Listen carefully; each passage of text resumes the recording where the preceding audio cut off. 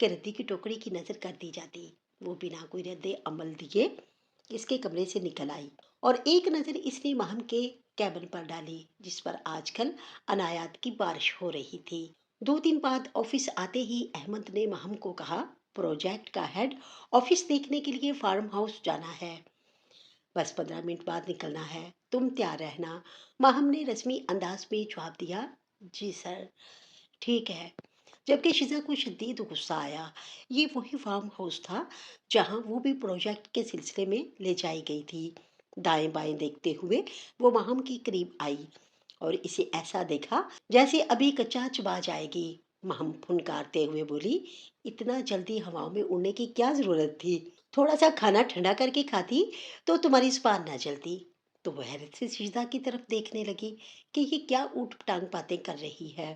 تو وہ انتہائی ادب سے بولی، میں آپ کی بات کا مطلب نہیں سمجھی، آپ کہنا کیا چاہ رہی ہیں؟ تو وہ اس کے کان کے قریب گہری سانس لیتے ہوئے بولی، بہتر ہوگا کہ احمد سے دور رہو، اسی میں تمہاری بھلائی ہے۔ اور یہ کہہ کر وہ وہاں رکی نہیں، لیکن مہم اس کی بات پر بری طرح سے پریشان ہو گئی۔ فارم ہاؤس پہنچ کر احمد نے ماحول کو بے تکلف بنانے کی کوشش کی، لیکن جیسے ہی مہم نے کام کے حوالے سے بات شروع کی تو احمد نے اگنور کرتے ہوئے پروجیکٹ کے بجائے ذاتی موضوعات پر بات کرنا شروع کر دی۔ ماہم، آپ ایک باصلاحیت انسان ہیں، اگر ہم ایک دوسرے کے قریب آ جائیں تو اس میں آپ کے لیے بے شمار فائدے ہیں۔ میری دوستی آپ کے لیے زندگی کو بہت آسان بنا سکتی ہے، احمد نے نرمی سے کہا۔ ماہم نے اس کی بات کو نظر انداز کرتے ہوئے جواب دیا، سر، کیوں نہ ہم پروجیکٹ کے نکات پر بات کریں، ہم یہاں اسی مقصد کے لیے آئے ہیں۔ ماہم کی بات سن کر احمد کا سارا جوش بیٹھ گیا۔ اسے شدید غصہ آیا، لیکن وہ پی گیا اور پھر ایک دم کھڑے ہو کر اس نے کہا، چلو۔ تو ماہم کو شدید حیرت ہوئی کہ پروجیکٹ والے معاملے پر تو کوئی بات ہی نہیں ہوئی، لیکن وہ کچھ نہ بولی اور خاموشی سے گاڑی میں بیٹھ گئی۔ ماہم کی یہی سنجیدگی احمد کے لیے ایک چیلنج بن چکی تھی۔ فارم ہاؤس سے واپسی کے بعد احمد نے اپنے رویے میں ایک اور تبدیلی کی۔ وہ پہلے سے زیادہ میٹھا اور دوستانہ بننے کی کوشش کرنے لگا۔ کبھی اسے لنچ پر بلاتا تو کبھی چھوٹے چھوٹے تحائف پیش کرنے کی کوشش کرتا۔ دوسری طرف شیزا یہ سب کچھ دیکھ رہی تھی۔ وہ پہلے تو ماہم سے حسد کرتی تھی اور احمد کا جھکاؤ دیکھ کر اس کی جلن اور بڑھ گئی۔ شیزا نے ماہم کے خلاف اپنی نفرت کا اظہار اب کھل کر کرنا شروع کر دیا۔ وہ اکثر میٹنگز میں ماہم کی تجاویز کو بری طرح سے مسترد کرتی اور احمد کے سامنے اس کے پروجیکٹس کو فضول قرار دیتی۔ سر، میرا خیال ہے کہ ماہم کے آئیڈیاز پروجیکٹ کی ضروریات کو پورا نہیں کرتے، ہمیں کسی اور کو موقع دینا چاہیے۔ مجھے نہیں لگتا کہ یہ پروجیکٹ وقت پر مکمل ہو، چونکہ ماہم کو زیادہ ذمہ داری دی گئی ہے تو شاید نتائج خراب ہی نکلے، شیزا نے ایک دن میٹنگ میں کہا۔ لیکن احمد نے شیزا کی بات کو نظر انداز کرتے ہوئے کہا، ماہم کے آئیڈیاز ہمیشہ معیاری ہوتے ہیں، مجھے یقین ہے کہ وہ اس پروجیکٹ کو بہترین انداز میں مکمل کرے گی۔ احمد کی بات سن کر شیزا کا دل جل کر راکھ ہو گیا۔ اب ہر وقت ماہم کو نیچا دکھانے کی کوشش کرتی رہی اور جان بوجھ کر ایسی غلطیاں سامنے لے کر آتی تاکہ ماہم کا بوجھ احمد کے سر سے اتر سکے۔ ماہم اس مسلسل دباؤ اور مخالفت سے تھک چکی تھی۔ شیزا کے تنزیہ جملے، اس کے پروجیکٹس کو مسلسل رد کرنا اور احمد کی بے جا توجہ، سب کچھ اس کی زندگی کو اجیرن بنا رہے تھے۔ وہ اکثر گھر واپس جا کر سوچتی کہ کیا اسی نوکری کو جاری رکھنا چاہیے جہاں ہر وقت کچھ لوگوں کی کڑی نگرانی میں رہنے لگی تھی، حالانکہ وہ اپنے کام سے کام رکھنے والی لڑکی تھی۔ دفتر میں آتے ہی اسے لگتا جیسے ہر کوئی اسے گھور رہا ہے۔ میں یہاں کام کرنے آئی تھی، لیکن میرا ماحول میرا سکون چھین رہا ہے۔ وہ آنکھیں بند کر کے سوچتی تو 2 معصوم سے آنسو اس کی آنکھوں سے چھلک پڑتے۔ اگر حالات خراب نہ ہوتے تو وہ کبھی بھی یہاں جاب نہ کرتی، مگر والد کے انتقال کے بعد اس پر گھر کی ذمہ داری کا بوجھ آ گیا تھا۔ کرائے کا گھر، بیمار ماں کی دوائیوں کے اخراجات نے اسے کڑوا گھونٹ پینے پر مجبور کر دیا تھا، اس لیے چپ چاپ سہنے لگی۔ ایک دن احمد نے ایک اور چال چلی۔ اس نے ماہم کو کہا کہ پروجیکٹ کے سلسلے میں اسے رات دیر تک رکنا ہوگا۔ ماہم پیشہ ورانہ رویہ اپناتے ہوئے کہا، ٹھیک ہے سر، میں اس میٹنگ کے لیے تیار ہوں۔ میٹنگ کے اختتام پر احمد نے ماہم سے کہا، چونکہ دیر ہو گئی ہے کیوں نہ ہم ساتھ کھانا کھائیں۔ ماہم نے رسمی مسکراہٹ کے ساتھ جواب دیا، شکریہ سر، لیکن مجھے کچھ ضروری کام نپٹانے ہیں۔ شاید اگلی بار یہ شاید اگلی بار ہر بار احمد کے ارادے پر پانی پھیر دیتا، مگر اس کا واضح انکار کے باوجود وہ باز نہ آیا۔ مگر اب احمد کے صبر کا پیمانہ آہستہ آہستہ لبریز ہو رہا تھا۔ احمد جو ہمیشہ لوگوں کو اپنی مرضی کے مطابق چلانے کا عادی تھا، ماہم کی مزاحمت سے شدید جنجلاہٹ محسوس کرنے لگا۔ ایک دن وہ اپنے آفس میں تنہا بیٹھ کر سوچنے لگا کہ ماہم کو گھیرنے کے تمام حربے یکے بعد دیگرے آخر کیوں ناکام ہو گئے، لیکن اس بات کا حل نہیں نکل پایا۔ اس کے ذہن میں ماہم کی بے خوف آنکھوں کی تصویر گھوم رہی تھی۔ یہ لڑکی آخر چاہتی کیا ہے؟ احمد نے خود سے کہا، اتنے پروٹوکول کے باوجود وہ میرے قابو میں نہیں آ رہی۔ احمد کو احساس ہو رہا تھا کہ ماہم اس کے لیے صرف ایک چیلنج ہی نہیں رہی، بلکہ ایک ایسی دیوار بن گئی ہے جسے اب وہ اپنی ضد میں توڑنا چاہتا تھا۔ مگر ہر بار اس کی ناکامی اس کے غصے اور جنجلاہٹ کو مزید بڑھا رہی تھی۔ وہ سمجھ نہیں پا رہا تھا کہ ماہم کو کیسے قابو میں لایا جائے۔ دوسری طرف ماہم سنبھل سنبھل کر چل رہی تھی۔ وہ جانتی تھی کہ احمد کے ارادے ٹھیک نہیں ہیں۔ ماہم کے لیے یہ ایک آزمائش تھی جہاں اسے اپنی پیشہ ورانہ زندگی کے ساتھ ساتھ اپنی عزت نفس کو بھی بچانا تھا۔ وہ جانتی تھی کہ احمد جیسے لوگوں کو قابو میں رکھنے کے لیے مضبوط اعصاب اور سمجھداری کی اسے اشد ضرورت ہے۔ اس نے خود سے وعدہ کیا وہ کسی بھی صورت میں اپنے اصولوں پر سمجھوتا نہیں کرے گی، چاہے حالات کتنے ہی مشکل کیوں نہ ہوں۔ لیکن ماہم نے کبھی تصور بھی نہیں کیا تھا کہ اس کی زندگی میں ایک ایسا موڑ آئے گا جہاں اسے اپنے اصولوں اور پیشہ ورانہ صلاحیتوں کے دفاع کے لیے اتنی سخت آزمائشوں سے گزرنا پڑے گا۔ احمد جو کمپنی کا با اختیار آفیسر اور اثر و رسوخ رکھنے والا شخص تھا، اب ایک ممکنہ شکاری کے طور پر اس کے پیچھے پڑ گیا تھا۔ آفس کے غیر معمولی حالات دیکھ کر ماہم نے ایک دو اور کمپنیز میں بھی جاب کے سلسلے میں اپنی سی وی جمع کروا دی، کیونکہ وہ اس ماحول میں سکون سے کام نہیں کر پا رہی تھی۔ ایک کمپنی سے اس کی کچھ بات بنتی ہوئی دکھائی دی تو اس نے سوچا کہ میں یہاں سے جلد از جلد ریزائن کر لوں گی۔ وہ خوشی خوشی آفس میں داخل ہوئی، لیکن ماحول میں عجیب تناؤ تھا۔ ہر طرف سناٹا چھایا ہوا تھا۔ تمام ملازمین کے چہروں پر عجیب سی گھبراہٹ اور سنجیدگی تھی۔ وہ حیران ہوئی، لیکن خاموشی سے اپنی میز پر جا کر بیٹھ گئی۔ جب اس نے ایک کولیگ سے صورتحال کے بارے میں پوچھنا چاہا تو اچانک احمد کا بلاوا آ گیا۔ احمد کے کمرے میں جانے کا سوچ کر اس کا دل بوجھل ہو گیا۔ وہ جانتی تھی کہ احمد کے ساتھ بات چیت ہمیشہ ذہنی طور پر تھکا دینے والی ہوتی ہے، لیکن وہ اپنی جنجلاہٹ کو دبا کر احمد کے کمرے کی طرف چل دی۔ وہ جب احمد کے کمرے میں داخل ہوئی تو احمد کی آنکھوں میں سختی اور پیشانی پر تیوریوں کی لکیریں دیکھ کر اسے لگا جیسے کوئی سنگین معاملہ درپیش ہے۔ اسے احمد کے چہرے پر عجیب دباؤ کا احساس ہوا۔ وہ آج خلاف توقع سنجیدہ لگ رہا تھا۔ احمد نے سیدھے مدعے پر آتے ہوئے کہا، ماہم، پروجیکٹ کے سلسلے میں جو 3 ملین کی رقم بینک سے نکلوائی گئی تھی وہ غائب ہو گئی ہے۔ ماہم حیرت سے اس کی طرف دیکھتی رہ گئی۔ کیا سر، یہ کیسے ممکن ہے؟ احمد نے سرد لہجے میں کہا، یہی تو سوال ہے ماہم، اور تمہیں معلوم ہونا چاہیے کہ اس رقم کا علم صرف تمہیں تھا اور کسی کو نہیں۔ یہ تمہارے ذمہ پروجیکٹ کی رقم تھی اور تمہیں معلوم ہے کہ یہ کہاں رکھی گئی تھی، تو یہ کیسے ہو سکتا ہے کہ رقم غائب ہو جائے اور تمہیں پتہ نہ چلے؟ ماہم نے فوراً صفائی پیش کی، سر مجھے کچھ علم نہیں ہے۔ تمہیں علم نہیں تو رقم کہاں گئی؟ بخدا سر مجھے کچھ علم نہیں، میں نے کوئی رقم نہیں چرائی، مجھے اس کی ضرورت بھی نہیں ہے۔ اگر مجھے واقعی ضرورت ہوتی تو میں آپ سے مدد مانگتی، احمد تنزیہ انداز میں کہا۔ یہ تو تم کہہ رہی ہو، لیکن حقائق کچھ اور بتا رہے ہیں۔ تم اس کمپنی کو چھوڑنے کی فل تیاری میں ہو، بلکہ یوں کہا جائے کہ بھاگنے کی تیاری میں ہو۔ ایسی کوئی بات نہیں ہے سر۔ اچھا تو پھر میرے حریف جانباز کی کمپنی میں سی وی کیوں دی ہے تم نے؟ اور اوپر سے یہ رقم بھی غائب ہے، کیا یہ محض اتفاق ہے؟ اب یہ مت کہنا کہ یہ بھی جھوٹ ہے۔ ماہم کا دل تو جیسے دھڑکنا بھول گیا۔ آپ کو یہ کیسے معلوم ہوا؟ وہ ہونٹ کاٹتے ہوئے سوچنے لگی۔ مجھے سب کچھ معلوم ہوتا ہے ماہم، احمد نے کرسی پر جھکتے ہوئے کہا، آخر تم یہاں سے بھاگنے کی تیاری کیوں کر رہی ہو؟ اور یہ 3 ملین روپے کہاں گئے؟ مہم کے ذہن میں ایک بھونچال سا آ گیا تھا۔ سر، میں نے کوئی رقم نہیں چرائی، پلیز مجھ پر الزام نہ لگائیں۔ اس کی آنکھوں سے آنسو بہنے لگے۔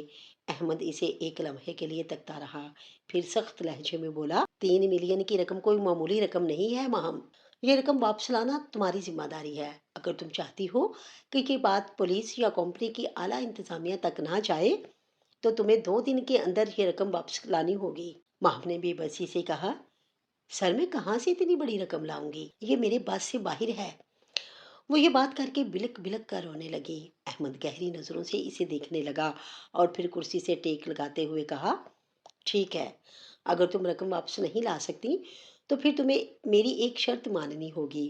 مہم نے حیرت اور خوف کے ساتھ پوچھا، کیسی شرط؟ احمد نے سنجیدگی سے کہا، تمہیں مجھ سے شادی کرنی ہوگی۔ مہم پر جیسے بجلی گر گئی۔ شادی؟ اس کی آواز لرز گئی۔ احمد نے سر ہلاتے ہوئے کہا، ہاں، شادی۔ اور یہ بات یاد رکھو کہ میرے پاس تمہیں پولیس کے حوالے کرنے کے لیے تمام ثبوت موجود ہیں۔ تمہارے پاس 2 راستے ہیں، یا تو 2 دن کے اندر رقم واپس کر دو یا پھر میری شرط مان لو۔ مہم کے آنسو تھمنے کا نام نہیں لے رہے تھے۔ اس کے پاس کوئی راستہ نہیں تھا۔ وہ جانتی تھی کہ احمد ایک بااثر انسان ہے، اگر وہ چاہے تو اسے پولیس کے ذریعے بدنام کر سکتا ہے، لیکن احمد جیسے شخص کے ساتھ شادی کرنا بھی اس کے لیے کسی سزا سے کم نہ تھا۔ وہ اپنے اندر ایک جنگ لڑ رہی تھی، لیکن آخرکار بے بسی نے اسے جھکنے پر مجبور کر دیا۔ ٹھیک ہے سر، میں آپ کی شرط مانتی ہوں، مہم نے روتے ہوئے کہا۔ احمد کے چہرے پر ایک فاتحانہ مسکراہٹ آ گئی، گویا ایک عرصے بعد اس کا شکار اس کے ہاتھ میں تھا۔ ماہم نے اپنی آنکھیں بند کر لیں اور دل میں دعا کی کہ کاش جیسا بے خواب ہو جو جلد ختم ہو جائے، لیکن اسے معلوم تھا کہ یہ ایک حقیقت تھی اور اس حقیقت کا سامنا کرنا اس کی زندگی کا سب سے مشکل امتحان بن چکا تھا۔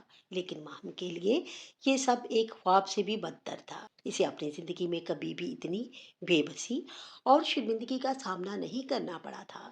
وہ ایک شرط پر اپنی زندگی کی سب سے بڑی خوشی ہاری تھی۔ ہر لڑکی کی طرح دلہن بننا اس کا بھی ایک خواب تھا، لیکن وہ نہیں جانتی تھی کہ اس خواب کی تعبیر اس قدر بھیانک ہوگی۔ وہ بچپن سے ہی ایک مضبوط اور خوددار لڑکی رہی تھی جو ہمیشہ اپنے اصولوں پر قائم تھی، لیکن احمد جیسے انسان کی چالاکیوں اور حالات کی مجبوری نے اسے ایک ایسی جگہ لا کھڑا کیا تھا جہاں سے واپسی کا کوئی راستہ دکھائی نہیں دے رہا تھا۔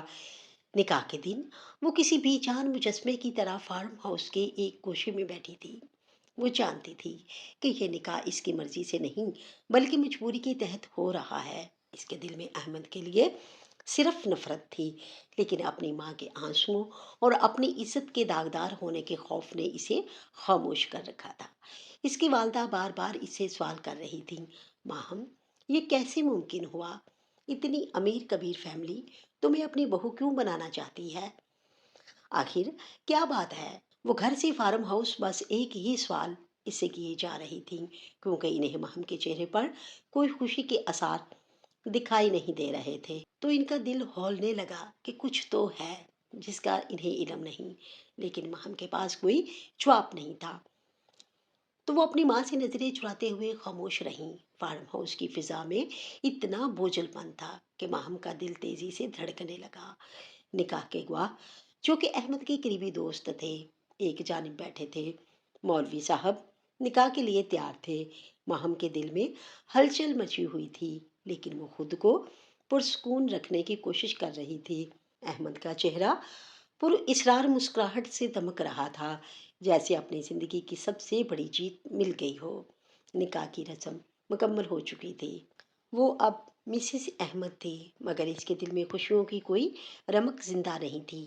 اس کے دل میں ایک طوفان اٹھ رہا تھا اور وہ اس رشتے کو قبول کرنے کے لیے خود کو قائل نہیں کر پا رہی تھی۔ 3 ملین کا غبن الگ اس کی جان کا روگ بن چکا تھا۔ وہ معصوم تھی، یہ وہ جانتی تھی، جبکہ دنیا کو پتہ چلتا تو اسے ہی مورد الزام ٹھہرایا جاتا۔ وہ احمد جیسے انسان کے سامنے آنکھ نہیں اٹھا پا رہی تھی۔ اس کے دل میں ایک شور برپا تھا، ظاہر وہ سکون سے بیٹھی تھی کہ اچانک شیزا تیزی سے اندر داخل ہوئی اور غصے سے بھرے ہوئے لہجے میں بولی، چلو شکر ہے احمد، اس بار تم نے کسی لڑکی کی عزت خراب کرنے کی بجائے اسے نکاح میں باندھ لیا۔ اس کی بات پر پورے حال میں سناٹا سا اتر گیا۔ وہاں موجود تمام لوگ حیرت زدہ رہ گئے۔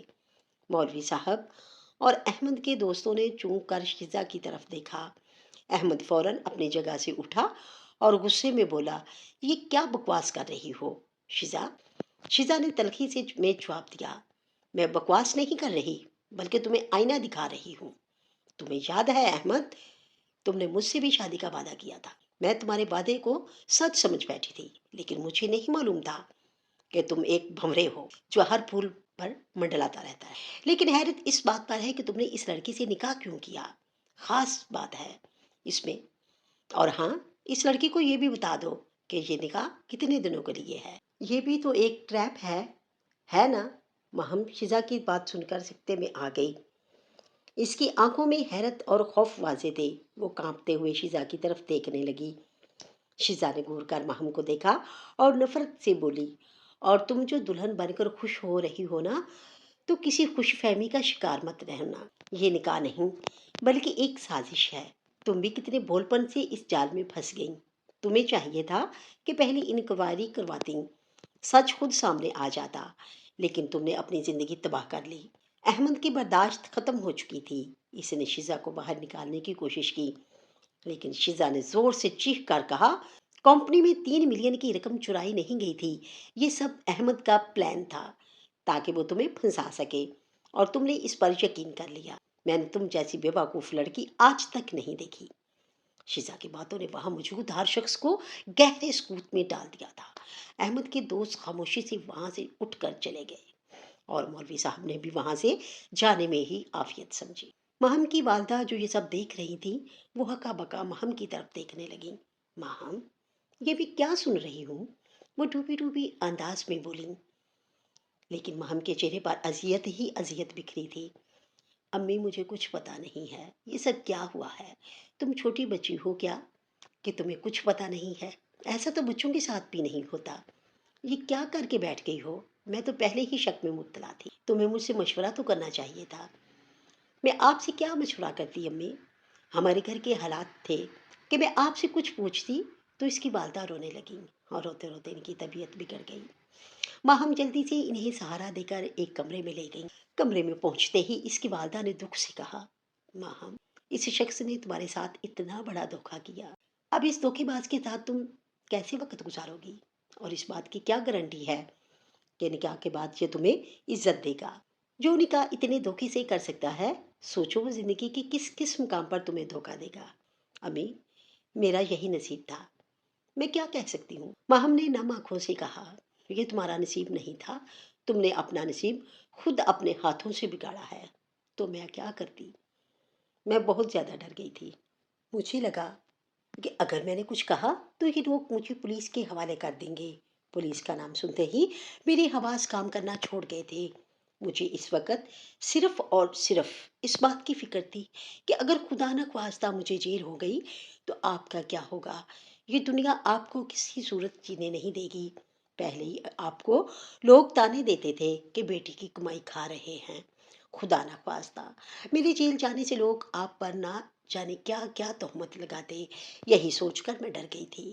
اس وقت مجھے تو ٹھیک لگا، میں نے وہی کیا۔ اگر آپ میری جگہ ہوتی تو آپ بھی یہی کرتی۔ مجھے علم نہیں تھا کہ یہ شخص دھوکے سے میرے ساتھ نکاح کرے گا، مجھ پر الزام لگائے گا، لیکن میرے پاس ایسا کوئی ثبوت نہیں تھا کہ جس کے سہارے میں اس الزام کو غلط ثابت کر سکتی، اس لیے چپ کر گئی۔